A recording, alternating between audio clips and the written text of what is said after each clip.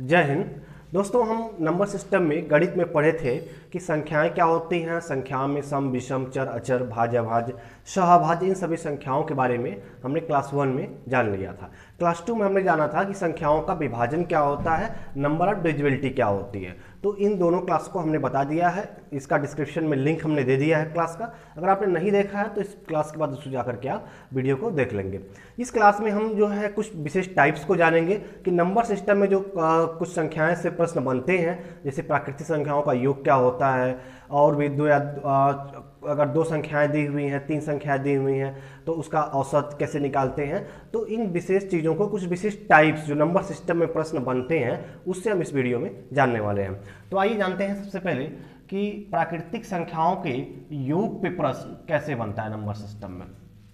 ठीक है, तो पहला हम जानेंगे क्वेश्चन। यहाँ पे एक क्वेश्चन हम लिखते हैं कि अगर मान लीजिए कोई संख्या दी हुई है, प्राकृतिक संख्या है 1 2 3 4, इसे क्रमागत प्राकृतिक संख्याएं हैं 7, और इस तरीके से ये क्रम चल रहा है हमारा, और ये क्रम जो है हमारा 100 तक गया।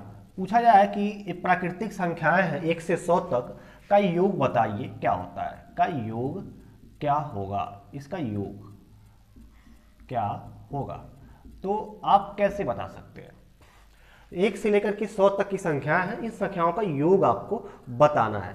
अब आप सबसे पहले देखेंगे कि ये संख्याएं किस सीरीज में लिखी हुई हैं।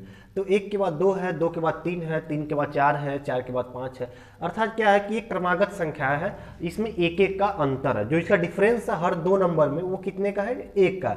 और जब कोई नंबर का सीरीज होता है और सभी संख्याओं में एक समान अंतर होता है, डिफरेंस एक समान होता है, तो वो क्रमागत संख्या मानी जाती है। तो ये जो है क्रमागत संख्या क्या होती है, हर संख्या में आप एक एक जोड़ते जाइए। जैसे 2 में 1 जोड़ेंगे 3 हो जाएगा, 3 में 1 जोड़ेंगे 4 हो जाएगा। तो ये क्रमागत संख्या होती है। तो ये क्रमागत सीरीज आपका है 1 से 100 तक। अब पूछा था कि इसका योग क्या होगा, अर्थात जब आप इसको जोड़ेंगे यहाँ पे इसका जो सोल्यूशन हम देखते हैं कि इसका योग कैसे निकालेंगे। तो योग आप कैसे निकालेंगे? 1 + 2 + 3 + 4 + 5 + 6 + 7 + 8 प्लस, ऐसे करते हुए आप कहाँ तक जाएंगे? 100 तक जाएंगे प्लस। तो ये आप अगर 100 तक जोड़ लें तो इसका योग आपको मिल जाएगा। अब आपको ये देखना है कि अगर जोड़ते हैं तो बहुत ज़्यादा समय लगता है, तो एग्जाम में कम समय में आपको प्रश्नों को सॉल्व करना होता है। तो इसके लिए एक नियम होता है ऐसे क्रमागत संख्याओं को, प्राकृतिक संख्याओं का योग निकालने के लिए। तो वो फार्मूला आप लिख लेंगे यहाँ पे, प्राकृतिक संख्याओं का योग। तो यहां पर आप निकालेंगे प्राकृतिक संख्याओं का योग बराबर जो फार्मूला होता है कि कुल पदों की संख्या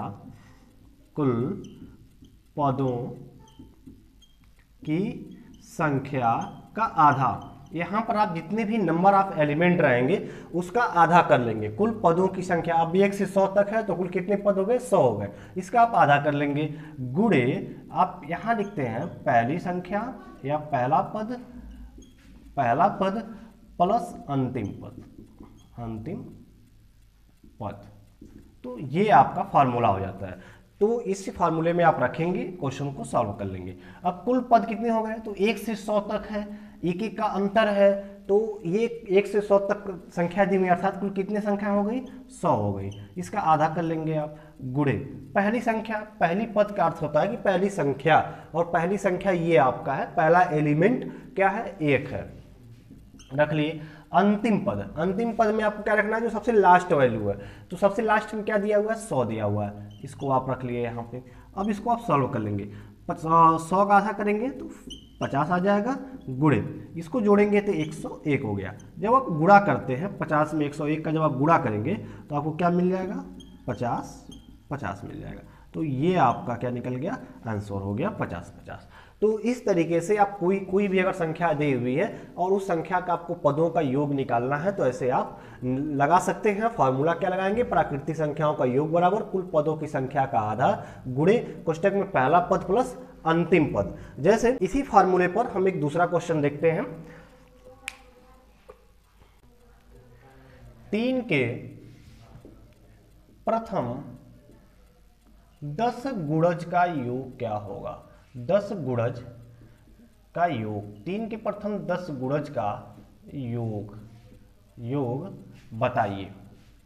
तो यहाँ पर आपको क्या बताना है कि 3 के पहले 10 गुणज का योग बताना है, अर्थात कि 3 का पहाड़ा आप 10 बार पढ़िए और इसका योग बताइए कि इसका योग कितना होगा। तो इसका सलूशन आप कैसे करेंगे? तो देखिए, लिखने का तरीका अलग है लेकिन मेथड वही है जो इसके पहले हमने आपको क्वेश्चन बताया। पहला क्वेश्चन कि आप कुल पदों का जो है संख्या का आधा कर लेते हैं गुणे कोष्टक में पहली संख्या प्लस अंतिम संख्या या पहला पद प्लस अंतिम पद, ये आप रख के उसको हल कर लेते हैं। तो यहाँ भी वही करेंगे। अभी आप सीरीज जब बनाएंगे तो 3 के पहले 10 गुणज आपको यहाँ पे लिखना है। तो 10 गुणज का मतलब कि 3 एकम 3, 3 दूना 6, 3 त्रिकी 9, 3 चौको 12, 3 5 15। तो ऐसे आप लिखते हुए जब जाएंगे तो 10 तक लिखेंगे तो 3 धाओं में 30 मिल जाएगा। ये आपका हो गया 3 के 10 गुणज हो गए पूरा। अगर आप लिखेंगे तो यहाँ तक हो गया। अब आपको इसका योग निकालना है, तो योग निकालेंगे 3 + 6 + 9 + 12 + 15 + 18 ऐसे चलेंगे। 3 6 18, 3 7 21 ऐसे करेंगे ना। तो करते हुए जब जाएंगे यहाँ पर तो अंतिम जो 10वां पद होगा क्या होगा? 3 धाओं में 30 हो जाएगा। अब इस सबको जोड़ना है। तो आप यहाँ पर देख पा रहे हैं कि जो आप यहाँ लिख सकते हैं कि प्रथम पद, अगर आपको यहाँ लिखना है तो लिख लेंगे प्रथम पद बराबर क्या होगा? 3 हो गया पहला पद 3 हो गया आपका। फिर इसके बाद से आप देखेंगे अंतिम पद, जो अंतिम पद हो गया आपका यहाँ पे वो क्या हो गया? 30 हो गया। नंबर ऑफ एलिमेंट्स कितने हैं? 1 से ये 3 से 30 तक पहला गुणज से लेकर के 10वां गुणज तक 3 का जो है कुल कितने हो गए? तो 10 हो गए। तो कुल पद बराबर कितने हो गए? 10 हो गए। अब फार्मूला आपके सामने होता है। क्या फार्मूला होता है? योग बराबर कुल पदों का योग बराबर पदों की संख्या बट्टा आधा गुणे कोष्टक में प्रथम पद प्लस अंतिम पद। वही जो इसके पहले हमने बताया सेम वही फार्मूला यहाँ भी अप्लाई होता है। तो जब इसको हम करते हैं तो पद कितने हैं? कुल हमारे पास 10 हैं, तो 10 का आधा कर लेंगे गुणे कोष्टक में प्रथम पद प्लस अंतिम पद। तो पहला पद क्या हो गया? यहाँ पर हमने लिख भी लिया है 3 है, और अंतिम पद हमारा यहाँ पे 30 है। तो जब हम इसको सॉल्व कर लेते हैं तो ये इसका आधा 5 हो जाएगा गुणे 30 और 3 क्या हो जाएगा? 33 हो जाएगा। हो गया 33। अब इसका जब आप गुणा कर लेते हैं तो 5 3 15 को 5, 5 3 15 1 16, ये आपका क्या हो गया? आंसर हो गया। ठीक है, तो इस तरीके से आप क्वेश्चन को सॉल्व करते हैं। अगर ये प्राकृतिक संख्याओं के योग पर या ऐसे प्रश्न आता है या किसी संख्या के कुछ गुणज का योग बताना है तो इस तरीके से आप कर सकते हैं। ये हर उस फार्मूले में, ये जो फार्मूला आपका है दोस्तों, ये फार्मूला हर उस क्वेश्चन में अप्लाई हो सकता है जिसमें नंबर ऑफ प्रत्येक 2 एलिमेंट के बीच में एक समान अंतर रहेगा, एक समान डिफरेंस रहेगा। वहाँ पे आप इस फार्मूले से प्रश्न को हल कर सकते हैं। जैसे अगर सम संख्या का कोई सीरीज है 2 4 6 8 10 है, तो वहाँ पर भी आप लिख सकते हैं। जैसे हम एक क्वेश्चन देखते हैं इसके बाद सम संख्या की सीरीज पर। जैसे यहाँ पे एक क्वेश्चन सम संख्या के सीरीज पर लिखा हुआ है 2 4 6 लिखा हुआ है 8, ठीक है 10, ऐसी संख्या का सीरीज चल रहा है। आपको कहाँ तक लिखना है? ये 60 तक ले जाना है। तो अब इस संख्या में ये 2 4 6 8 करते हुए 60 तक ये लिखा हुआ है। तो अब इसका आपको योग बताना है। इसका योग बताइए। इसका योग आपको बताना है कि इसका योग क्या होगा। तो अब आप जानिए सबसे पहले कि जब इस तरह के प्रश्न को आप हल करेंगे तो क्या देख रहे हैं कि 2 4 6 8 10 60 तक लिखा हुआ है। तो ये किस सीरीज में है? ये तो आप देखेंगे कि 2 4 6 8 जो है इसको सबसे पहले आप लिख लेंगे योग के रूप में, बीच में सब प्लस लगा लेंगे। ठीक है, लगा लिए। बीच में कहाँ तक है? 60 तक है ये। ठीक है, अब यहाँ पर देखिए जो संख्या है ये हमारा चल रहा है, ये 2 4 6 8, ये 60 तक ये संख्या हमारी चल रही है। तो इसमें जो प्रथम पद है वो क्या है? जो प्रथम पद है वो 2 है। अंतिम पद क्या है हमारा? यहाँ पे हम देखेंगे जो हमारा अंतिम पद है वो 60 है। अब कुल पदों की संख्या कितनी है? थोड़ा इसको ध्यान दीजिएगा यहाँ पे आप कि कुल पदों की संख्या यहाँ पे कितनी है। तो दोस्तों कुल पदों की जो संख्या आपको यहाँ दिख रही है, कितनी दिख रही है कि 2 4 6 8 चल रहा है, तो सब में 2 2 का डिफरेंस है और कुल 60 तक दिया हुआ है, अर्थात कि 2 के पहले 1 नहीं है, 60 के ये 4 के पहले 3 नहीं है, 5 के पहले 6, ये 6 के पहले 5 नहीं है, 8 के पहले 7 नहीं है, तो इस तरीके से ये यहाँ पर नहीं है। तो अर्थात कि अगर 1 से 60 तक की जो प्राकृतिक संख्या होती है उसमें से जो विषम संख्या है उसको हटा दिया गया है और सम संख्याओं को आपको जोड़ के बताना है। तो हमने बताया था कि कोई भी संख्या प्राकृतिक संख्या जब होती है तो अगर 1 से लेकर के उसको हम काउंट करते हैं तो उसमें आधा सम होता है और आधा विषम होता है। तो अगर संख्या 1 से 4 तक लिखा जाए तो उसमें 30 संख्या सम होगा और 30 संख्या विषम होगा। तो 2 4 6 8 का ये सीरीज चल रहा है और ये 60 तक है, अर्थात कि जो सबसे छोटी प्राकृतिक सम संख्या क्या होती है 2 होती है और ये कुल 60 तक दिया हुआ है। तो इसमें टोटल जो पदों की संख्या हो जाएगा वो कितना हो जाएगा, इसका आधा हो जाएगा, 30 हो जाएगा। ठीक है, 60 का आधा कितना हो गया, 30 हो गया। तो ये कुल पदों की संख्या हो गई केवल सम संख्या की। अब हमको निकालना है इसका योग, तो इसका योग आप उसी फार्मूले से लगाएंगे, योग बराबर फार्मूला वही है, पदों की संख्या का आधा कर लेंगे, पदों की संख्या का आधा गुणे कोष्टक में प्रथम पद प्लस अंतिम पद, यहाँ पर आप कर लेंगे प्रथम पद प्लस अंतिम पद कर लिए।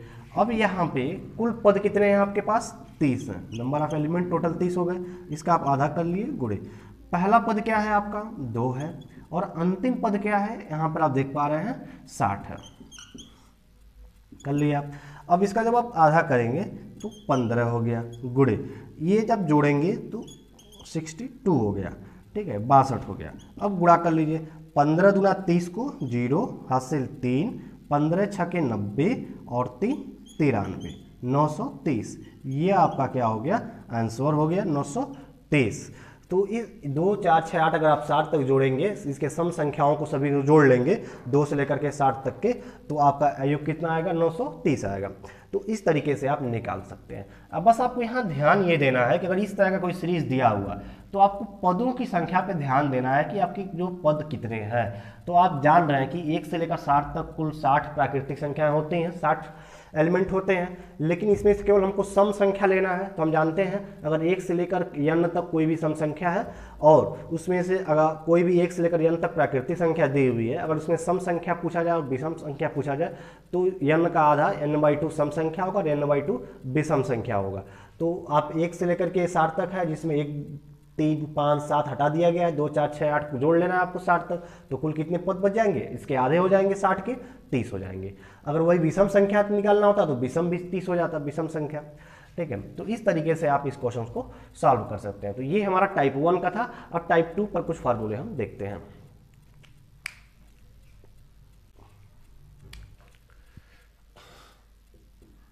आइए देखते हैं टाइप 2 क्या होता है। टाइप 2 में आपसे क्वेश्चन एक पूछा जाता है कि आपसे ये क्वेश्चन पूछा जाएगा टाइप 2 में, 3 क्रमागत सम संख्याओं का योग 24 है, तो ठीक बीच वाली सम संख्या क्या होगी। क्या पूछा जाएगा, 3 क्रमागत सम संख्याओं 3 क्रमागत सम संख्याओं का योग 24 है। कितना है, 3 क्रमागत सम संख्याओं का योग 24 है, ठीक बीच वाली सम संख्या क्या होगी, ठीक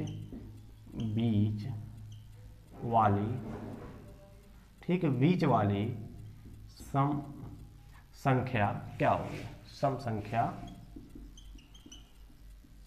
क्या होगी, ये आपको देखना है।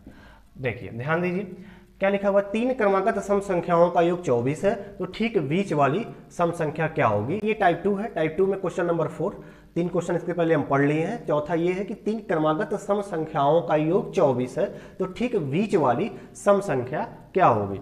तो इसमें आपको ये देखना है कि सबसे पहले आपको क्या लिखना है कि 3 क्रमागत सम संख्याएं क्या हैं। तो 3 क्रमागत सम संख्याओं जिसका योग दे दिया है कुल 24 है। तो आप पहली क्रमागत का सम संख्या ये होता है कि उसके बीच में अंतर आपका सेम होना चाहिए और एक के बाद दूसरी संख्या आनी चाहिए, एक सम संख्या, और दूसरी के बाद तीसरी सम संख्या आपकी संख्या रेखा पर आनी चाहिए। तो ये क्रमागत संख्या होती है। तो अब इसको आपको बताना है, तो सबसे पहले आपको लेना है कि पहली आप संख्या कौन सी लेंगे। तो यहाँ पे आप लेंगे पहली सम संख्या, पहली सम संख्या क्या लेंगे आप, तो 2 यक्स आप मानेंगे। दोस्तों यक्स, अगर आपको केवल विषम संख्या लेना है तो आप यक्स मान सकते हैं। जब आप सम संख्या लेते हैं कोई भी तो आपको 2 यक्स लेना होता है। ऐसा क्यों लेना होता है, क्योंकि यहाँ पर अब यक्स का आप कुछ भी जब वैल्यू रखेंगे तो हमेशा वो संख्या क्या आएगा, विषम ही आएगा। अगर यक्स बराबर आप 1 रखते हैं तभी 1 में 2 का गुणा करेंगे तो पहली संख्या आपको क्या मिल जाएगी, 2 मिल जाएगी, जो सम संख्या मिल जाएगी। अगर आप यक्स का वैल्यू 2 रखते हैं तभी 2 में 2 का गुणा करेंगे तो 4, पहली सम संख्या क्या आपको मिल जाएगी, 4 मिल जाएगी।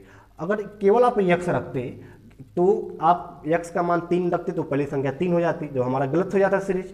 तो इसीलिए आप जब भी सम संख्या मानेंगे तो सबसे छोटी सम संख्या मानते समय आपको यक्स के साथ 2 का गुणा कर लेना होगा, 2 यक्स मानना होगा। लेकिन अगर आपको विषम संख्या लेना होगा तो आप केवल यक्स लेंगे। इस प्रकार से आप सीरीज बना सकते हैं। तो ये हो गया क्रमागत सम संख्या में पहली संख्या आपने 2 यक्स ले लिया। इसके बाद से अगर आपको लेना है दूसरी संख्या, क्योंकि 3 संख्या हमें लेनी है क्रमागत, तो दूसरी संख्या हम लेंगे, उसको आप देखते हैं कैसे रखते हैं। दूसरी सम संख्या, दूसरी सम क्रमागत संख्या, क्रमागत संख्या। तो दूसरी क्रमागत संख्या लिखने के लिए आपको 2 यक्स प्लस 2 आपको करना पड़ेगा। आ गया समझ में। जैसे आप पहली संख्या जब लिखे हैं कि 2 यक्स है तो दूसरी संख्या तो आप जानते हैं एक सम के बाद विषम आता है फिर सम आता है, तो 2 यक्स के बाद तुरंत विषम आएगा, उसके बाद सम आएगा। तो अगली क्रमागत संख्या लिखने के लिए आपको प्लस 2 करना पड़ेगा यहाँ पे।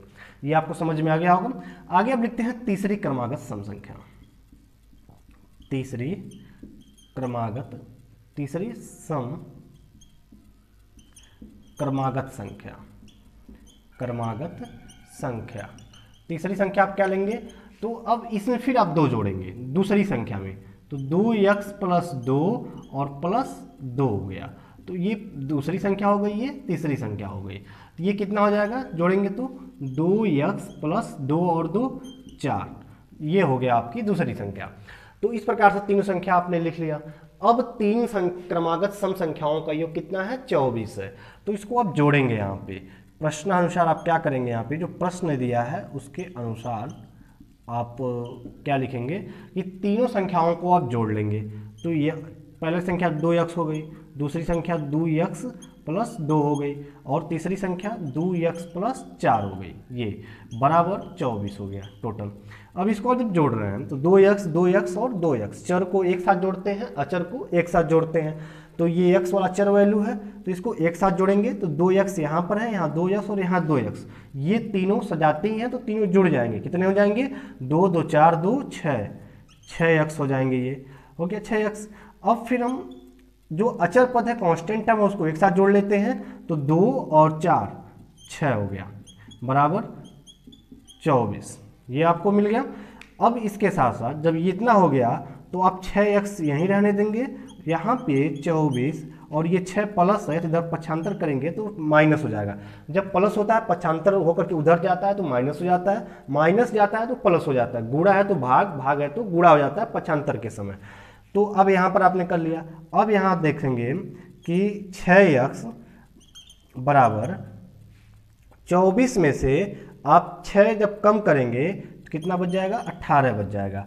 तो x बराबर आपका क्या आ जाएगा, 18/6 हो जाएगा। जब यहाँ पर x का 6 का x का गुणा है, पक्षांतर हुआ है तो इधर आके भाग हो गया है। तो अब भाग करेंगे तो मान कितना मिल गया, तो x का मान आपको मिल गया 3। लेकिन ये अभी आपका आंसर नहीं है, क्योंकि आपका आंसर क्या निकालना है, आपको ठीक बीच वाली सम संख्या को बताना है। तो ये पहली सम संख्या है, ये दूसरी सम संख्या और ये तीसरी क्रमागत सम संख्या है, तो इसका मान आपको बताना है। तो यहाँ पे आप मान रख देंगे, ठीक है। तो यहाँ पर आप x की वैल्यू उठा के यहाँ रखेंगे तो 2 गुणे 3 प्लस 2 बराबर ये आपको कितना मिल जाएगा, यहाँ से आपको 2 3 यहाँ पे 3 रखें तो 2 3 6 हो गया प्लस 2 कितना हो गया, 6 2 8, ये आपका आंसर हो जाएगा जो पूछा गया आपसे। ठीक है, तो इस तरीके से आप क्वेश्चन को सॉल्व कर सकते हैं। अगर ऐसे कोई भी संख्याएं दी जाती हैं तो आप सबसे पहले इन तीनों संख्याओं को लिख लेंगे। अगर प्राकृतिक क्रमागत सम संख्याएं हैं तो +1 करते जाएंगे, पहली संख्या x मानेंगे, दूसरी क्रमागत प्राकृतिक संख्या x+1 हो जाएगी, तीसरी x+2 हो जाएगी, चौथी जो है x+3 हो जाएगी। इस तरीके से आप एक एक जोड़ते चले जाते हैं। और फिर अगर ये सम है तो आप ऐसे लिख लेंगे, विषम है तो आप लिख सकते हैं, और लिखने के बाद आप इस तरह से इसको जोड़ लेंगे और फिर जो शर्त दिया है उस शर्त के अनुसार आप हल करके अपना वैल्यू निकाल सकते हैं। ठीक है, चलिए आगे देखते हैं। ये सम संख्याओं का सीरीज है, अभी हम एक विषम संख्या का सीरीज आपको बताते हैं। ये आपके सामने क्वेश्चन नंबर 5 है। यहां पर हम देखते हैं कि 4 क्रमागत विषम संख्याओं का योग 72 है। जैसे आपने सम संख्या देखा था 3 क्रमागत सम संख्या, वैसे यहाँ पर है कि 4 क्रमागत है और ये विषम संख्याओं का सीरीज है जो संख्याएं 2 से नहीं करती हैं। तो विषम संख्याओं का सीरीज जो है ये कितना, इसका योग है 72। तो सबसे बड़ी संख्या आपको बतानी है, तो इसको आप कैसे सॉल्व करेंगे। तो यहाँ पर आप क्या मानेंगे, यहाँ पर आप मानेंगे कि माना पहली विषम संख्या, पहली विषम संख्या, पहली कोई विषम संख्या आप मान लेंगे। क्या मानेंगे, तो हमने बताया था अगर सम संख्या हमको मानना होता है तो 2x मानते हैं, अगर विषम संख्या मानना होगा तो केवल x मान लेंगे हम। ठीक है, x मान लिए। अब दूसरी संख्या क्या हो जाएगी, तो दूसरी विषम क्रमागत संख्या, दूसरी जो विषम क्रमागत संख्या होगी वो क्या होगी आपकी, तो x+2, यहाँ भी 2 जोड़ते हैं क्योंकि एक विषम है तो इसके बाद सम आएगा फिर विषम आएगा, इसलिए सम या विषम का जब भी हमको सीरीज बनाना होता है तो हम +2 जोड़ते हैं। अगर विषम मानना होगा तो x मानेंगे पहली संख्या, सम मानना होगा तो पहली संख्या 2x मानेंगे, जैसे इसके पिछले क्वेश्चन में हमने बताया था। तो ये दूसरी हो गई। इसी प्रकार से आप तीसरी लिख लेंगे, तीसरी विषम क्रमागत संख्या बराबर क्या मान लेंगे आप यहाँ पे, तो x+2+2 बराबर क्या हो जाएगा आपका, x+4 हो जाएगा। चौथी क्या हो जाएगा आपका, 4 संख्या लिखना है आपको, तो चौथी क्रमागत विषम क्रमागत संख्या क्या हो जाएगी आपकी, यहाँ पे x+, अब यहाँ पे x+4 है तो इसमें 2 जोड़ेंगे तो क्या हो जाएगा, x+ आपका यहाँ पे 6 हो जाएगा, राइट, x+6 हो गया। अब ये आपकी 4 संख्या आपने लिख लिया, पहली संख्या x, दूसरी क्रमागत विषम संख्या x+2, तीसरी क्रमागत विषम संख्या x+4, चौथी क्रमागत विषम संख्या x+6 हो गया, 6 हो गया। अब इस चारों को जोड़ने पर इसका योग कितना बन रहा है, 72 बन रहा है। तो यहाँ पर आप लिखेंगे प्रश्नानुसार, कैसे आप समझेंगे, इन सभी संख्याओं को हम जोड़ लेंगे, x+2, x+4, x+6 बराबर 72, 72 हो गया। अब इन सभी संख्याओं को जब हमने जोड़ेंगे तो जितने भी x वाले टर्म है उसको एक साथ जोड़ेंगे, तो 1 2 3 4 x एक साथ जुड़ गए, और जितने बाकी अचर पद हैं वो एक साथ जुड़ जाएंगे, तो 4 6 10 2 12 बराबर यहाँ पे आपका क्या हो गया, 72 हो गया। तो 4x+12 बराबर 72, तो 4x बराबर आपका क्या हो जाएगा, 72 में से 12 इधर आकर के घट जाएगा 75 होकर के, तो 4x बराबर 72 में से 12 कम होगा तो आपका क्या बच जाएगा, 60 बच जाएगा। ठीक है, तो x बराबर 60 में 4 का गुणा है, इधर भाग हो जाएगा, तो आपका x की वैल्यू कितनी आ जाएगी, 15 आ जाएगी। तो इस प्रकार से x की वैल्यू आपको मिल गई 15।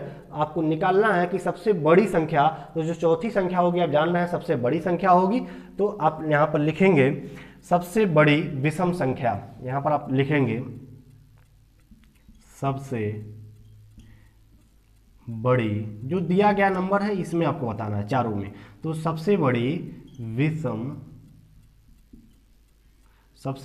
विषम संख्या बराबर क्या है, x+6, तो x की जगह पे 15 रखेंगे, 15 और 6 जोड़ेंगे 21 हो जाएगा, तो ये आपका क्या हो जाएगा, मान हो जाएगा। तो इस तरीके से आप क्वेश्चन को सॉल्व कर सकते हैं। तो ये रहा आपका टाइप नंबर 2 का क्वेश्चन नंबर 5, एक सम और एक विषम दोनों का हमने जोड़ के आपको बता दिया। आगे अब हम देखेंगे टाइप नंबर 3। ये आपका टाइप नंबर 3 है। टाइप नंबर 3 में हम देखते हैं क्वेश्चन नंबर 6 कि दो संख्याओं का योग 46 है। कोई भी दो संख्या आपको दी गई है नंबर सिस्टम से, उन दो संख्याओं का योग 46 है। उसका अंतर का होता है कि बड़ी संख्या में से छोटी संख्या को घटाने पर आपको 14 मिल रहा है। तो बड़ी संख्या आपको ज्ञात करना है कि बड़ी संख्या क्या होगी। दो संख्याएं हैं, एक बड़ी है और एक उससे बड़ी छोटी होगी, एक बड़ी होगी।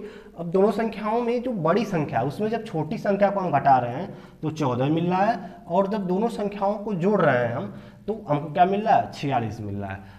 तो ये हमको बताना है कि बड़ी संख्या क्या होगी। तो ऐसे प्रश्नों को हम सॉल्व कैसे करते हैं तो हम देखते हैं। सबसे पहले हम यहाँ लिखते हैं कि माना पहली संख्या क्या है, यक्स। माना पहली संख्या बराबर यक्स मान लिए। तो दूसरी संख्या क्या होगी, ये पहली संख्या हो गई, दूसरी संख्या बराबर वाई। ये हम दो अचर पद मान लेंगे, दो चर पद मान लेंगे, सॉरी। जब भी एक्स वाई जेड के रूप में लिखे होते हैं तो ये वेरिएबल नंबर्स होते हैं, चर पद होते हैं। और 1 2 3 जो संख्यात्मक मान होते हैं ये आपके अचर पद होते हैं। हमने इस पर क्लास वीडियो दे चुके हैं। तो ये पहली संख्या मान लिया हमने, कोई जो है एक वेरिएबल नंबर चर वैल्यू हमने x मान लिया, और दूसरी संख्या हमने मान लिया y। अब दोनों संख्या समझिए हमने मान लिया। अब आप समझिए कि लिखा है कि दो संख्याओं का योग 46 है, अर्थात हम इन दोनों को जोड़ने पर हमें कितना मिल रहा है, 46 मिल रहा है। तो यहाँ पर हम लिखेंगे कि प्रश्न के अनुसार हम काम करते हैं कि दोनों संख्याओं को जोड़ने पर 46 है। तो लिखेंगे x + y बराबर 46। ये हमका योग मिल गया 46। आगे हम देख रहे हैं कि दोनों संख्याओं का जो अंतर है वो कितना है, 14 है। यानी कि x - y जो इसका योग है वो कितना है, 14 है। अर्थात बड़ी संख्या हमने मान लिया, अगर पहली संख्या हमने x माना है तो ये बड़ी ही मानेंगे, और दूसरी संख्या y है। इन दोनों का जब हम अंतर ले रहे हैं तो हमको कितना मिल रहा है, 14 मिल रहा है जो क्वेश्चन में दिया हुआ है, और इसका योग हमको मिल रहा है 46 यहाँ पर दिया हुआ है। तो ये हमारा हो गया इक्वेशन नंबर 1 हम मान लेंगे, और इसको इक्वेशन नंबर 2 मान लेंगे। दो समीकरण में इसको बना लेंगे। आगे हम सॉल्व करते हैं इसको। तो हम क्या देखते हैं कि दोनों में जो x का जो यहाँ पे गुणांक है और यहाँ पर जो x का गुणांक है, सही क्वेश्चन नंबर 2 में, तो दोनों का गुणांक एक बराबर है। यहाँ भी प्लस 1 है और यहाँ भी प्लस 1 है। तो इन दोनों को हम घटा सकते हैं। तो जब हम यहाँ पर लिख देंगे तो इसमें से कोई एक हमको काटना होगा, और एक जो बचेगा उसको जोड़ेंगे, फिर उसको दूसरे से उसको हल करते हैं। तो कैसे करते हैं, सबसे पहले यहाँ पर हम लिखेंगे इसको जोड़ने पर, जोड़ते हैं। तो जब हम जोड़ते हैं, इसको जोड़ने पर आपको क्या मिलेगा दोस्तों, जब आप इसको जोड़ेंगे तो जब हम घटाते हैं तो चिन्ह में बदलाव हो जाता है। अगर हम इसको घटाते हैं, यहाँ लिखते हैं हम घटाने पर, तो ये प्लस चिन्ह है इक्वेशन नंबर 2 का, तो ये माइनस हो जाता, ये माइनस प्लस हो जाता, ये प्लस माइनस हो जाता। लेकिन जब हम जोड़ने पर लिखेंगे तब चिन्ह में कोई बदलाव नहीं होगा। ठीक है, तो जोड़ने पर लिख रहे हैं, तो जब जोड़ेंगे तो x और x 2x हो जाएगा, ये प्लस y है और ये माइनस y है, जोड़ेंगे दोनों क्या हो जाएगा, कट जाएगा। ठीक है, बराबर यहाँ पे जब जोड़ेंगे तो 4 और 6 10 हो गए, 4 1 5 और एक हासिल था हमारा 6, 60 हो गया। 2x बराबर 60। तो x बराबर क्या हो गया, तो 60 में हम यहाँ पर 2 से क्या करेंगे, 60 में भाग कर देंगे, 2 का गुणा इधर भाग हो जाएगा। तो यहाँ पे हम लिखते हैं x बराबर 60/2 हो गया। तो जब हम भाग करेंगे यहाँ पर तो क्या मिल जाएगा, 30 मिल जाएगा। अब x की जो वैल्यू हमको मिल गई वो 30 मिल गई, अर्थात जो हमारी पहली संख्या है वो हमें मिल गई कि पहली संख्या x बराबर हमको क्या मिल गई, यहाँ पर 30 मिल गई x बराबर 30। अब हम दूसरी संख्या निकालेंगे कि दूसरी संख्या क्या होगी। तो यहीं से आप निकाल सकते हैं, जब पहली संख्या आपको 30 मिल गई तो दो संख्याओं का योग 46 है, तो 30 जो 46 में से 30 को घटाएंगे तो दूसरी संख्या आपको क्या मिल जाएगी, 16 मिल जाएगी। ये आप निकाल सकते हैं, या फिर आप यहीं से इक्वेशन में आप मान रख देंगे किसी इक्वेशन में तो आपको मिल जाएगा। तो यहाँ पर आप लिख सकते हैं, यहाँ पर आप लिख लेंगे कि x का मान समीकरण 1 में रखने पर, x का मान समीकरण 1 में रखने पर, तो जब x का मान समीकरण 1 में रखते हैं तो x की वैल्यू क्या हो गई हमारी, 30 हो गई, प्लस y बराबर 46। तो यहाँ पे y बराबर क्या हो जाएगा, 46 माइनस 30 हो जाएगा, बराबर आपको क्या मिल जाएगा, 16 मिल जाएगा। इस प्रकार से आपको जो x की वैल्यू मिल गई y बराबर वो क्या मिल गई 16 मिल गई, ये 2। तो इस प्रकार से दोनों आपको 16 मिल गई और ये दोनों आपका क्या आ गया आंसर निकल गया। तो इस तरीके से दोस्तों आप प्रश्नों को सॉल्व कर सकते हैं। जब भी क्वेश्चन इस तरह का आया कि दो संख्याओं का योग 46 है, उनका अंतर 14 है, तो बड़ी संख्या क्या होगी। इस तरह के नंबर सिस्टम में प्रश्न बनते हैं। ये हमारा टाइप 3 है।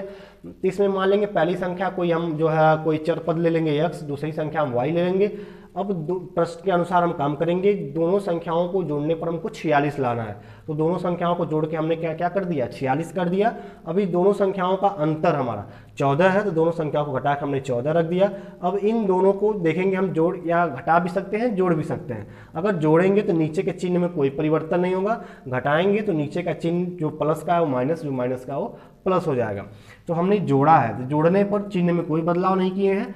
हमने जो है जो प्लस माइनस था उसको हमने काट दिया है, प्लस प्लस को हमने जोड़ दिया 2x, इसको जोड़ा है तो 60 हो गया है। तो x का मान हमने यहाँ से 2 का गुणा है, इधर भाग हो जाएगा, तो x का मान हमको 30 मिल गया। अब जब x का मान 30 मिल गया तो x का मान हम समीकरण 1 में रख दिए हैं, तो यहाँ पर हम समीकरण 1 में रख दिए हैं, तो x की जगह पर हमने 30 रख दिया और y प्लस वाई बराबर 46, तो y बराबर 30 पक्षांतर करके 46 माइनस 30 बराबर 16, तो y का मान हमें क्या मिल गया 16 मिल गया। तो इस तरह से हमारा क्वेश्चन नंबर ये 6 जो है ये टाइप नंबर 3 का सॉल्व करते हैं। ऐसे जब भी प्रश्न आएंगे तो आप सॉल्व कर सकते हैं इसको। आइए आगे देखते हैं हम। देखते हैं क्वेश्चन नंबर 7 टाइप 3 का ये कि दो संख्याओं का अंतर 137 है, तो यदि बड़ी संख्या 680 हो तो छोटी संख्या आपको बताना है। यहाँ पे आपको दो संख्या लेना है। इस दो संख्याओं में क्या देख रहे हैं कि दो संख्याएं हैं, उसका जो अंतर है अर्थात बड़ी संख्या में से अंतर जब भी निकालते हैं तो बड़ी संख्या में से छोटी संख्या को हम घटा लेते हैं। तो बड़ी संख्या दे दिया है कि बड़ी संख्या 680 है। अब बड़ी संख्या क्योंकि एक संख्या तो आपको दे ही दिया 680, अब इसमें से हम जब छोटी संख्या को घटा रहे हैं तो हमको अंतर कितना मिल रहा है 137 मिल रहा है। तो हमको बताना है कि छोटी संख्या का मान क्या होगा। तो कैसे सॉल्व करते हैं, सबसे पहले आप लिखेंगे कि माना छोटी संख्या जो पूछ रहा है छोटी संख्या x, मान लीजिए आप एक चर वैल्यू x हो गया। अब प्रश्न के अनुसार आप क्या काम करेंगे, जो प्रश्न के लिखेंगे प्रश्न अनुसार यहाँ पर आप लिखेंगे बड़ी संख्या में से छोटी संख्या को घटाने पर 137 मिल रहा है। दो संख्याओं का अंतर 137 है, इसका अर्थ क्या हो गया कि बड़ी संख्या में से छोटी संख्या को घटाने पर क्या मिल रहा है 137 मिल रहा है। और बड़ी संख्या दिया हुआ है 680, तो 680 में से छोटी संख्या और हमने मान लिया है x, छोटी संख्या x को घटाने पर कितना मिल रहा है 137 मिल रहा है। तो x का मान कितना होगा, तो यही आप देखेंगे कि यहाँ पर माइनस x माइनस में है तो इधर जाएगा, यहाँ पर आप देखेंगे x माइनस में है तो इधर जाएगा तो प्लस हो जाएगा और ये प्लस वैल्यू इधर आकर के माइनस हो जाएगा। तो 680 माइनस 137 हो जाएगा और ये माइनस x इधर आकर के प्लस x हो गया। और इसको आप उल्टा कर लीजिए, इधर x को इधर लिख लीजिए, अब थोड़ा अच्छा लगेगा देखने में। और 680 में से 137 को घटाएंगे तो 10 में से, या फिर इसको लिख लीजिए यहाँ पे 680 माइनस 137, फिर x बराबर 10 में से 7 जाएगा, 3 बच गया, यहाँ 7 था एक हासिल दे दिया तो 7 बच गया, 7 में से 3 जाएगा 4 हो गया यहाँ पर, और ये 6 हो गया, 6 में से 1 जाएगा 5 हो जाएगा। तो इस तरीके से आपका जो सबसे छोटा वैल्यू मिल गया वो कितना मिल गया 543 मिल गया। ये आपका आंसर हो गया, यही आपसे पूछा गया है और आपने माना भी है कि माना छोटी संख्या x है तो x का मान निकल गया, तो ये आपका जो सबसे छोटी संख्या है वो आपका आंसर मिल गया 543। तो इस तरीके से जब आप 680 में से 543 को घटाते हैं तो आपको अंतर कितना मिलेगा 137 का अंतर मिलेगा। ठीक है, तो इस तरीके से इस प्रश्न को हम सॉल्व करते हैं। आइए देखते हैं टाइप नंबर 4 में क्वेश्चन नंबर 8 है कि 1265 में किस संख्या से भाग दें कि भागफल 84 और शेषफल 5 प्राप्त हो। ये आपको बताना है कि 1265 एक कोई अंक दिया हुआ है, कोई संख्या दी हुई है, इसमें ऐसी किस संख्या से हम भाग कर रहे हैं कि भागफल जो हमारा हो, जो हमारा उत्तर आए वो 84 आए और शेषफल कितना मिल जाए हमको 5 मिल जाए। तो इसके लिए एक टाइप नंबर 4 है। टाइप नंबर 4 में हम एक फार्मूला पढ़ेंगे कि भाज्य बराबर क्या होता है, भाजक गुणे भागफल प्लस शेषफल। ये फार्मूला हम टाइप नंबर 4 में जानते हैं।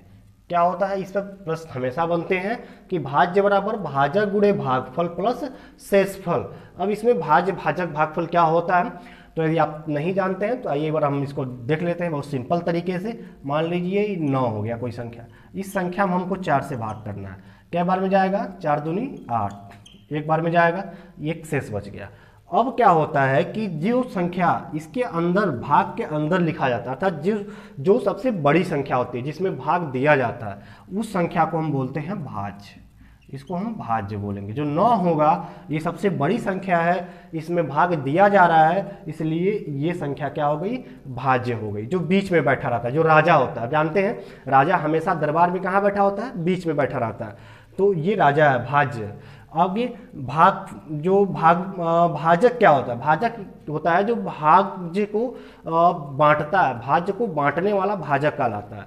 तो जिससे हम भाग देते हैं वो संख्या हमारा क्या कहलाता है, ये जो 4 से हम भाग दे रहे हैं तो ये हमारा भाजक कहलाएगा।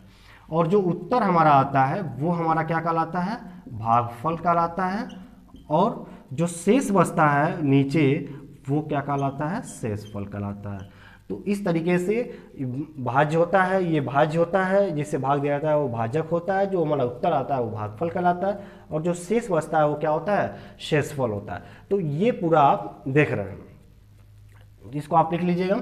तो ये जो भाज्य, यही भाज्य बराबर क्या होता है, अगर आपको 9 लाना है तो आप कैसे 9 लाएंगे, 2 का गुणा आप 4 में करेंगे, 2 चौको 8 और एक शेष को जोड़ लेंगे तो 8 क्या मिल जाएगा आपको, 9 भाज्य मिल जाएगा। तो यहीं से ये फार्मूला बना है कि भाज्य बराबर भाजक गुणे भागफल प्लस नीचे का शेषफल, इसको जोड़ लेते हैं तो आपको क्या मिल जाता है, भाज्य मिल जाता है।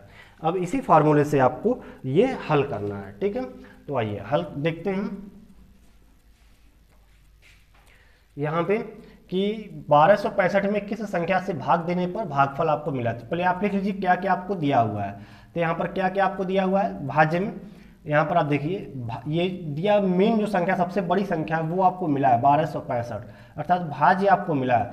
किस संख्या से भाग दें, अर्थात हमको विभाजित किस संख्या से करना है, तो वो हमको भाजक ज्ञात करना है जिस संख्या से हमें भाग देना है। भागफल हमारा दिया हुआ है और शेषफल हमारा क्वेश्चन में दिया हुआ है। तो हम यहाँ से लिखते हैं भाज्य बराबर 1265 बराबर भाजक कितना है, मान लेंगे भाजक x है, गुणे भागफल हमारा दिया है 84 प्लस शेषफल कितना दिया है, 5 दिया है, ये हम रख लिए। अब इसको हम सॉल्व कर लेंगे। तो जब हम इसको सॉल्व करेंगे तो सबसे पहले ये 5 है, 5 प्लस इधर आकर क्या हो जाएगा, माइनस हो जाएगा। तो 1265 माइनस 5 बराबर ये जब गुणा होगा तो कितना हो जाएगा, 84x हो जाएगा। अब ये घट जाएगा तो 1260 हो जाएगा बराबर 84x हो गया। तो x बराबर क्या हो जाएगा, तो 1260 में 84 का गुणा है, इधर आके क्या हो जाएगा, भाग हो जाएगा। अब जब हम इसको भाग करेंगे 1260 में 84 से हम भाग करेंगे तो हमें जो हमारा जो मान आएगा वही हमारा क्या हो जाएगा, भाजक हो जाएगा, वही हमारा आंसर हो जाएगा x का मान। तो यहाँ से जब हम भाग करते हैं तो सबसे पहले हम किससे काटते हैं, तो हमने आपको नंबर सिस्टम पढ़ाया है और नंबर सिस्टम में हमने बताया है कि संख्या को विभाजित करने के लिए हम जो है संख्याओं के विभाजन को हम पढ़े हैं कि कौन संख्या किससे विभाजित हो जाती है। तो ये अगर हम नियम जानते हैं तो इससे हमें कैलकुलेशन करने में आसानी हो जाएगी, सुविधा हो जाएगी। तो ये हम देखते हैं ये 84 है, 84 देख रहे हैं कि इकाई और दहाई दोनों मिल करके 4 से विभाजित हो रहा है।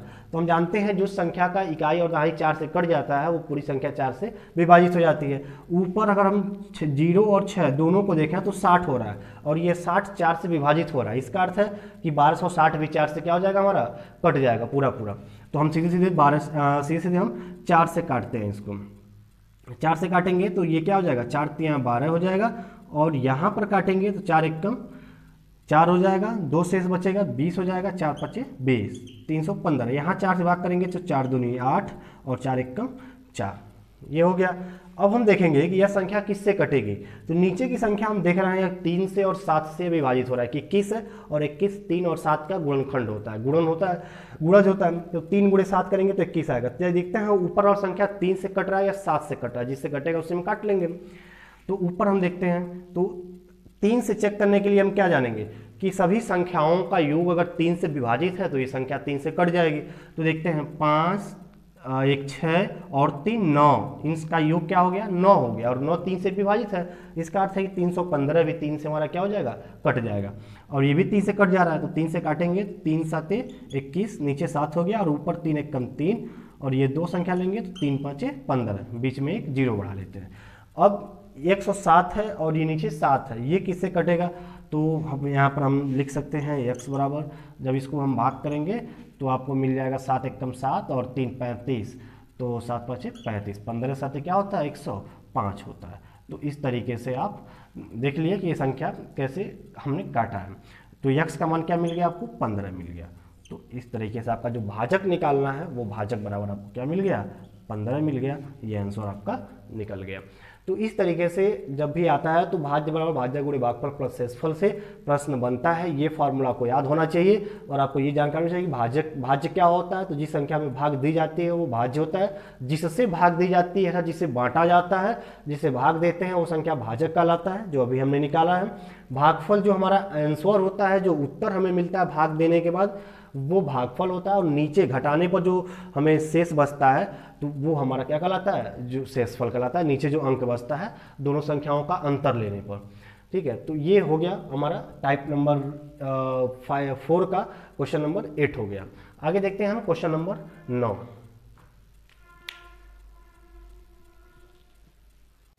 देखते हैं क्वेश्चन नंबर 8, इसी टाइप का है क्वेश्चन नंबर 8। एक दूसरे टाइप का ये प्रश्न है कि भाग के एक प्रश्न में भाजक भागफल का 5 गुना है परंतु शेष का 2 गुना है, तो भाज्य का मान ज्ञात कीजिए यदि शेषफल 30 हो। इस तरह का प्रश्न दोस्तों यूपी टेट में और सुपर टेट में कई बार पूछा गया है। यूपी टेट में कई बार पूछा गया है। तो ऐसे प्रश्नों को आप देखेंगे कि भाग के एक प्रश्न में भाजक जो है वो भागफल का 5 गुना है और शेषफल का क्या है 2 गुना है। भाज्य का मान आपको बताना है और शेष आपका दिया हुआ है 30 है। तो सबसे पहले हम निकालेंगे यहाँ पे कि शेषफल कितना है, जो दिया है पहले उस मान को आप लिख लीजिए। शेषफल बराबर 30 लिख लिए आप। अब इसके बाद से शेषफल आप लिख लिए, तो इसके साथ साथ अब आपको लिखना है कि जो भाजक है वो भागफल का 5 गुना है और शेष का क्या है 2 गुना है। अर्थात कि जो भाजक हो जाएगा हमारा यहाँ पे भाजक, वो भाजक कितना हो जाएगा शेषफल का 2 गुना है। अर्थात कि 2 गुणे शेषफल, 2 गुणे शेषफल, शेषफल कितना है 2 गुणे शेषफल 30 है, तो ये कितना हो गया 60 हो गया। लिख लिए आप 60 हो गया इस तरीके से। अब आगे आपको क्या लिखना है कि भागफल, भागफल कैसे निकालेंगे उसको देखिए। भागफल का भाजक क्या है 5 गुना है। इसका अर्थ ये है कि भाजक में अगर हमको 5 से भाग दे दें, देखिए भाजक भागफल का 5 गुना है, तो यहाँ पर आप लिखेंगे ऐसे आप लिखेंगे भाजक बराबर 5 गुना है, गुणे किसका 5 गुना है भागफल का, भागफल का ये क्या है 5 गुना है। अब भाजक कितना निकाले आप 60 निकल गया, तो यहाँ भाजक का मान 60 रख दीजिए, गुणे 5 गुणे भागफल, ये आप रख दिए। अब भागफल आपको निकालना है, तो यहाँ से आप निकालेंगे भागफल बराबर 5 का गुणा है भागफल के साथ, इधर आके क्या हो जाएगा भाग हो जाएगा, 60/5 हो जाएगा। तो जब आप भाग देंगे तो आपको भागफल क्या मिल गया 12 मिल गया, निकल गया भागफल। अब इस तरीके आपका शेषफल भी मिल गया, भाजक भी मिल गया और भागफल भी आपको मिल गया। अब आपको निकालना है भाज्य। तो आप पढ़े हैं भाज्य बराबर, भाज्य बराबर भाजक गुणे भागफल प्लस शेषफल, शेषफल को जोड़ लेते हैं। तो राजा बराबर भाज्य बराबर क्या हो जाएगा, सबको जोड़ लेंगे, जितने राजा मंत्री प्रजा हैं सबको जोड़ लेंगे, तो ये क्या हो जाएगा हमारा भाज्य निकल जाएगा। तो भाजक गुणे भागफल प्लस शेषफल, तो भाजक क्या हो गया, भाजक आपका हो गया, यहाँ से आपने निकाला है 60, तो भाजक रख दीजिए 60। भागफल अभी आपने निकाल लिया 12, गुणा कर लीजिए, प्लस शेषफल को आप जो दिया हुआ था 30, इसको जोड़ लेंगे, इसको आप जोड़ लेंगे 30 को इसमें, तो आपको क्या मिल जाएगा पूरा जोड़ करके 12 छके, यहाँ पर आप लिख लेंगे पहले 12 छके 72, 720 प्लस 30, 30, अर्थात कि यहाँ से आपको क्या मिल गया, 720 और 30 जोड़ेंगे तो 750 मिल गया। तो इस तरीके से आप निकल गया भाज्य बराबर यहाँ पे 750, ये आपका मिल गया आंसर, राइट। तो इस तरीके से दोस्तों आप क्वेश्चन को सॉल्व कर सकते हैं, उसका मान निकाल सकते हैं। तो ये तरीका रहा हम क्वेश्चन नंबर 8 का, कि अगर एक प्रश्न है भाजक दिया हुआ है तो ऐसे प्रश्न दोस्तों, ये जो गुना वाला प्रश्न है कि भाजक भागफल का 5 गुना है या भागफल शेषफल का 2 गुना है, तो इस तरीके का जो क्वेश्चन आता है, ऐसे क्वेश्चंस जो है भाजक भागफल और शेषफल में संबंध में क्वेश्चन पूछे जाते हैं। लेखपाल की जो पिछले वर्ष पेपर हुआ था उसमें भी ये क्वेश्चन पूछा गया था, एसएससी में भी ये क्वेश्चन पूछा जाता है। जितने टीचिंग एग्जाम्स होते हैं, चाहे यूपी टेट का हो, सुपर टेट का हो, जूनियर शिक्षक भर्ती का एग्जाम, तो इस सब में ये ऐसे क्वेश्चंस बनने हैं और ऐसे क्वेश्चंस पूछे जाते हैं। तो इसलिए आप इसको ध्यान से देखिए और एक बार और समझिए इसको, और इसको कॉपी में लिखिए। जितने भी टाइप्स आपको बताए जा रहे हैं, टाइप 4 तक बता दिया गया, इसको आप एक कॉपी बनाइए और उस कॉपी में लिखते चलिए। जब ये कॉपी में रहेगा तो रिवाइज करने में आपको सुविधा होगी। आइए आगे देखते हैं कि क्वेश्चन नंबर 8 आपने देख लिया, एक बार समझ लेते हैं इसको और, कि भाग के एक प्रश्न में जो भाजक है वो भागफल का 5 गुना है और शेषफल का 2 गुना है। तो भाज्य का मान आपको बताना है। यदि शेषफल 30 दिया हो तो शेषफल बराबर 30 हो गया आपका। तो भाजक बराबर क्या होता है, तो भाजक जो है वो शेषफल का क्या है, 2 गुना है। तो लिखिए 2 गुणे शेषफल, शेषफल 30 है तो भाजक आपका कितना हो जाएगा, 60 हो जाएगा। अब जो भाजक है वो भाजक भागफल का कितना है, 5 गुना है। यहाँ पर लिखा है भागफल का 5 गुना है। भाजक आपका निकल गया 60, तो 5 गुणे भागफल कर दिए। भागफल बराबर 5 का गुणा इधर भाग करके आप भागफल बराबर 12 निकाल लिए। अब फार्मूला आप जानते हैं, भाज्य बराबर भाजक गुणे भागफल प्लस शेषफल। इसमें सब में आप मान रख देंगे, आप कैलकुलेशन कर लेंगे, आपका भाज्य निकल जाएगा। तो ऐसे आप इसको सॉल्व कर सकते हैं। आइए अगला टाइप देखते हैं। आइए आगे देखते हैं, क्वेश्चन नंबर 9 है टाइप 5 का। ये भी भाज्य भागफल का ही प्रश्न है, लेकिन ये अलग प्रकार का टाइप का क्वेश्चन होता है। बहुत शॉर्ट में ये लगता है, बहुत जल्दी इसका आंसर आता है, लेकिन अगर आप इसको नहीं पढ़े हैं या नहीं समझे हैं तो एग्जाम में जो है पूरे टाइम आप पेपर लेकर बैठे रह जाएंगे, इसका आंसर नहीं निकल पाएगा। तो इसलिए जो हम देखते हैं कि एक संख्या है में 69 से भाग देने पर शेषफल 45 होता है। तो यदि कोई संख्या है उसमें हम 69 से भाग कर रहे हैं तो हमें जो भाग करने पर जो शेष हमें मिल रहा है वो 45 मिल रहा है। यदि उस संख्या में 23 से भाग दिया जाए तो शेषफल कितना मिलेगा। उसी संख्या में 69 से भाग देने पर 45 शेषफल आता है, तो 23 से भाग देने पर क्या शेषफल आएगा। तो आप जानिए जो 69 है, जो 23 है, ध्यान समझिए पहले, ये जो 69 है ये 23 का क्या है, गुणज है। 23 के पहाड़े में 69 आता है कि नहीं आता है, आता है। तो जब 69 से भाग देने पर 45 शेषफल बचता है, तो अगर 69 से वो संख्या कट रही है तो वो संख्या 23 से भी कटेगी, क्योंकि 69 में 23 से पूरा पूरा भाग चला जाएगा। तो सीधे सीधे हम भाग कर लेंगे, जो दिया गया शेषफल है उसमें हम जो बाद की जो संख्या होती है उससे हम भाग कर लेते हैं, तो जो शेषफल हमारा बचता है वही हमारा क्या हो जाता है, आंसर हो जाता है। तो सीधे सीधे जो दिया गया शेषफल है, यहाँ पर आप लिखेंगे दिया गया शेषफल बराबर 45। कितना शेषफल मिल रहा है आपको, 45 मिल रहा है। अब किससे आपको भाग करना है, 23 से। तो हम इसी से इसी 45 में 23 से भाग कर देते हैं, ठीक है।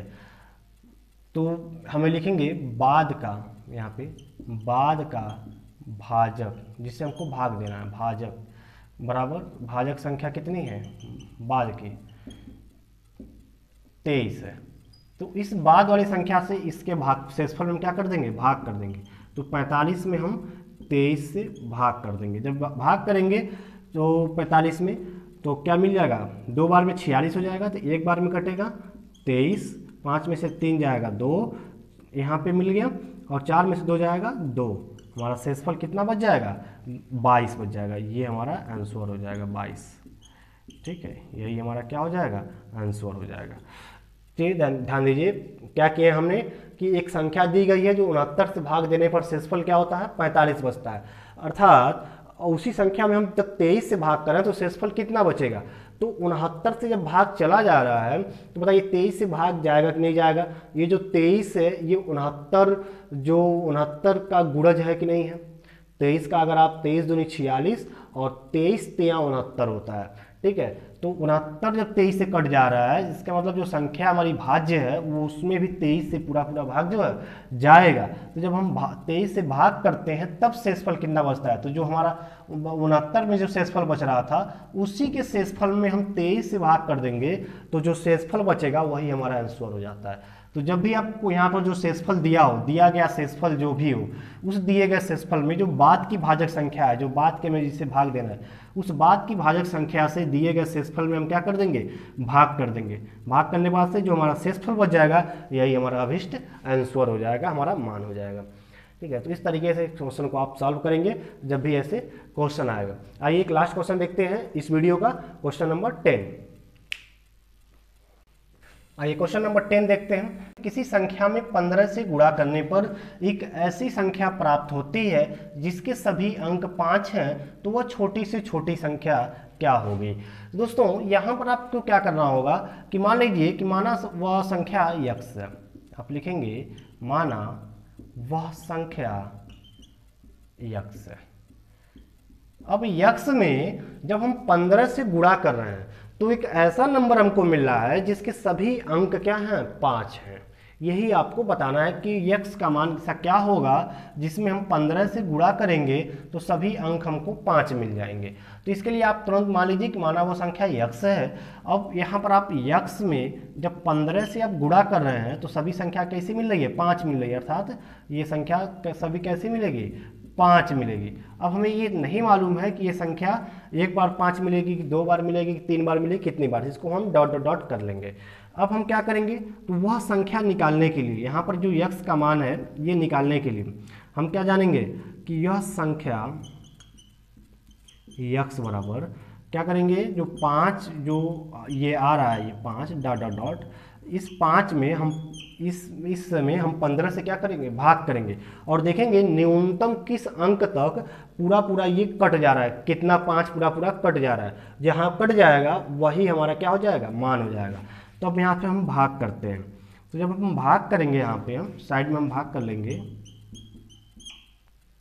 ये डॉट डॉट डॉट तब तक करते हैं, फिर यहाँ पर और 15 से हम भाग करते हैं यहाँ पर, ठीक है।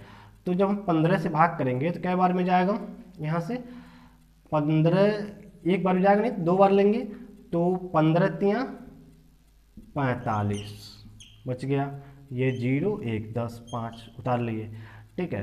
तो अब हम एक 5 उतार लिए, 105 हो गया। 15 साते क्या होता है, 105 होता है, कट गया पूरा तीनों। तो इस तरीके से हम देख रहे हैं कि 37 बार में ये जो 5 5 5 5 5 की जो सीरीज बन रही है, ये जो बना हुआ है, ये 37 बार अगर 15 में 37 से गुणा कर रहा तो न्यूनतम अंक तक ये कट जाएगा, अर्थात जो हमारा अभिष्ट मान हो जाएगा वो कितना हो जाएगा, यहाँ पे हम लिख देंगे संख्या x बराबर 37, कितना हो जाएगा, 37 हो जाएगा। तो यहाँ पर x नहीं लिखेंगे, जब संख्या मिल गया तो सीधे से लिख देंगे जो संख्या हमारा हो जाएगा, जो पूछा गया आपसे, वो 37 हो जाएगा। 37 ऐसी न्यूनतम संख्या हो जाएगी कि अगर 37 में हम 15 से गुणा करें तो हमको क्या मिल जाएगा, 555 मिलेगा और इसके सभी अंक क्या होंगे, 5 होंगे। तो इस प्रकार दोस्तों आपने कुल 10 प्रकार के प्रश्नों को देखा। इस 10 प्रकार के प्रश्न जो बताए गए टाइप्स के, 5 टाइप्स में 10 प्रश्नों को आपको बताया गया। ये पांचों टाइप्स के 10 प्रश्न बहुत ज़्यादा इंपॉर्टेंट हैं, हर परीक्षा में ये पूछे जाते हैं। जो प्रीवियस ईयर के पेपर्स में जो पूछे गए हैं प्रश्न, उन्हीं प्रश्नों को आपको बताया गया है टाइप्स के माध्यम से। दोस्तों इसको आप अपने कॉपी में लिखिए, रिवाइज करते रहिए, फिर इसके बाद हमारी क्लासेस आपको मिलेंगी। पुरानी क्लासेस जो भी है उसका लिंक डिस्क्रिप्शन में है, इस नंबर सिस्टम के पहले और दूसरी क्लास का, उसको आप देख लीजिएगा। बाकी के भी जो है आपको क्लासेस हमारे प्लेलिस्ट में उपलब्ध है, आप जाके वहाँ से देख सकते हैं। चैनल पर पहली बार है तो चैनल को सब्सक्राइब जरूर कीजिए, बेल आइकन बटन को प्रेस करके जुड़ जाइए चैनल से, ताकि जब भी आने वाली क्लासें हैं उसका नोटिफिकेशन आपको मिलता रहे। जो भी दोस्त आपके तैयारी करने वाले हैं, चाहे जहाँ भी आपसे जुड़े हुए हैं, उन्हें आप जो है उनके फेसबुक, व्हाट्सअप, टेलीग्राम ग्रुप पर शेयर जरूर कीजिए, ताकि अधिक से अधिक लोग शिक्षा तक से जुड़ सकें। मिलते हैं फिर नए क्लास में। जय हिंद, शुक्रिया। For more updates, subscribe to our channel.